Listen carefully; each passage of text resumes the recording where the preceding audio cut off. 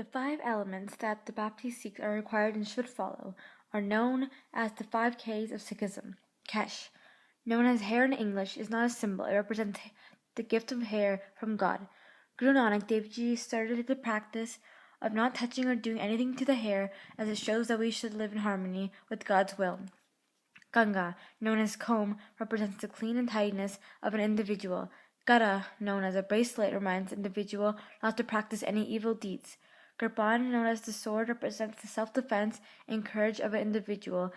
It was also kept on a Baptist Sikh.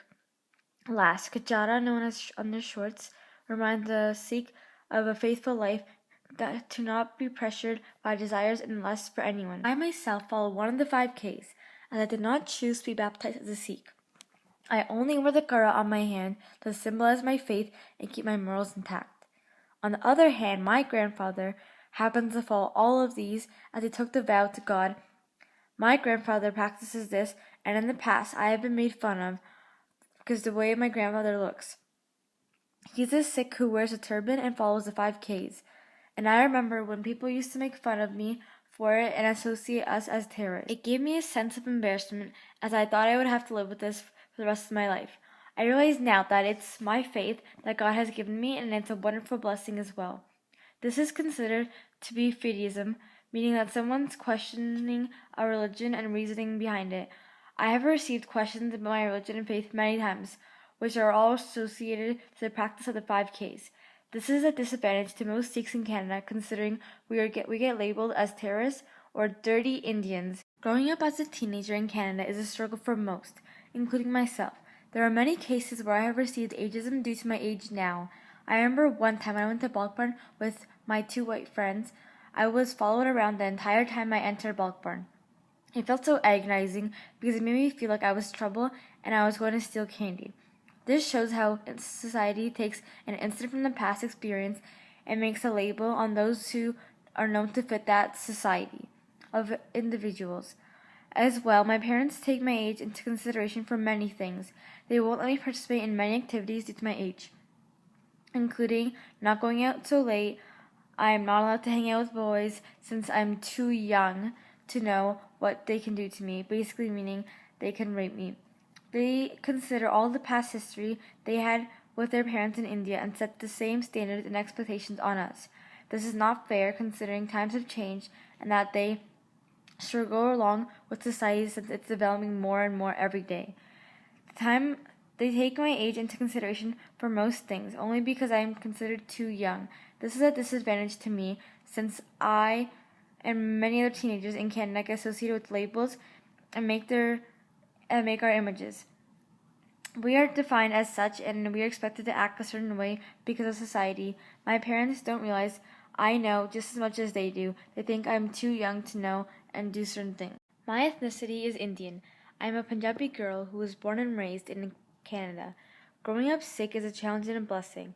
I grew up in an unusually large family that consists of my brother, father, sister, brother, grandpa, aunt, uncle, and their 2 kids. This is normal for most Indian families, but in Canada it is considered very odd. Most people don't understand the reasoning behind it, but it always considered it to be normal. Living in a joint family is a part of the Indian ethnicity, as it shows respect to serve your parents and give back to them. Usually the woman who gets married off goes to her husband's house, and the husband lives with his parents, and if so, brothers. Just like my mom came to my dad's family and now lives with his brother and his parents.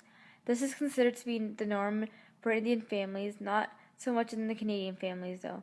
I always get asked if we all live together because we can't afford a house, or if I ever thought it was weird living with my uncle, and many other questions about living in a joint family. This was a disadvantage for me for a long time because I was always considered to be that weird girl at school who lived with her uncle and grandparents. Now this is a privilege to me, considering I am following the Indian ethnicity.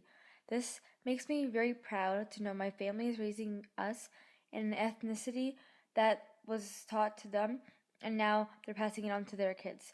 This helps build a tighter bond between families too, which is always important to have. This is not necessarily considered a type of ism. It's more of a prejudgment act known as prejudice. I am a female in an Indian household. A female is looked upon to be nurturing and loving in many situations. Considering I'm a female, there are a lot of restrictions that are associated with me. I'm not allowed to go out late because something could happen to me considering my gender. But on the other hand, if my brother wants to go out late, it's okay for him to do so.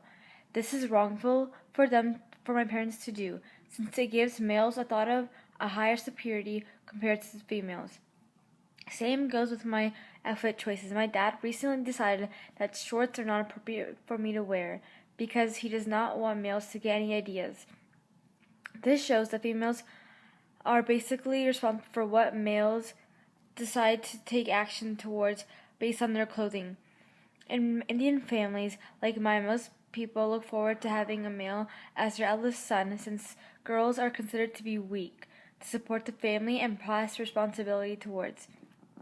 This states to me that the boys are more superior compared to women, which is not fair either. This is considered to be sexist and sexism as males are viewed with more freedom than women. It happens not only in my family, but in many other families too. This is a major disadvantage to females and myself because we do not get a chance to prove ourselves or get to experience what males do.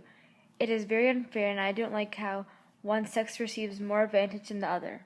The Sikhs usually bow down to the holy book by going on 2 knees and placing their forehead on the ground. We thank God for his blessings by doing this.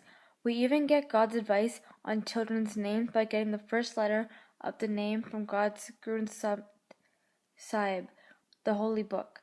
A hymn is read from the holy book, and the first letter of the first word from the hymn is what the child's name should start from. The parents have the choice to choose whichever name they desire, beginning with that letter that the Guru has given.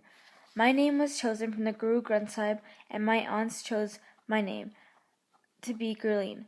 I remember in my class when we used to tell the significance of our name to each other, I would share how my name came to be and how God gave it to me. People would always laugh and make jokes, thinking I was weird and make fun of my beliefs.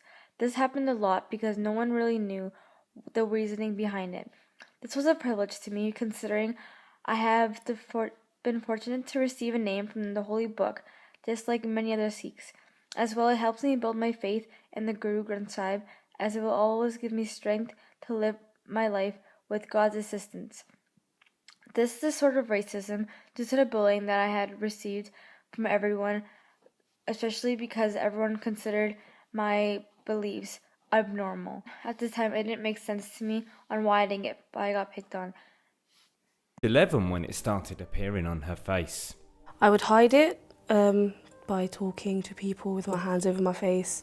I used to wax it, and that became really painful, so I would just shave it or use different sorts of creams. I used to bleach it too.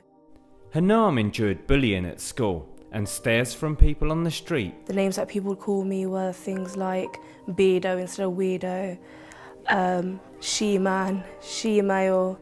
She's even received death threats after posting videos about female facial hair on YouTube.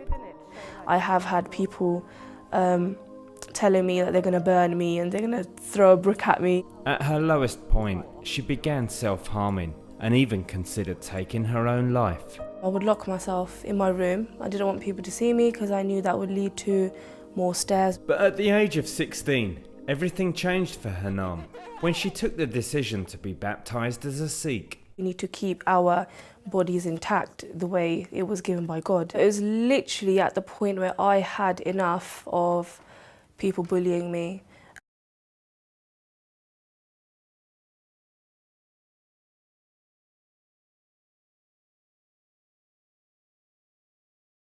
Thank you for listening to how my identity came to be.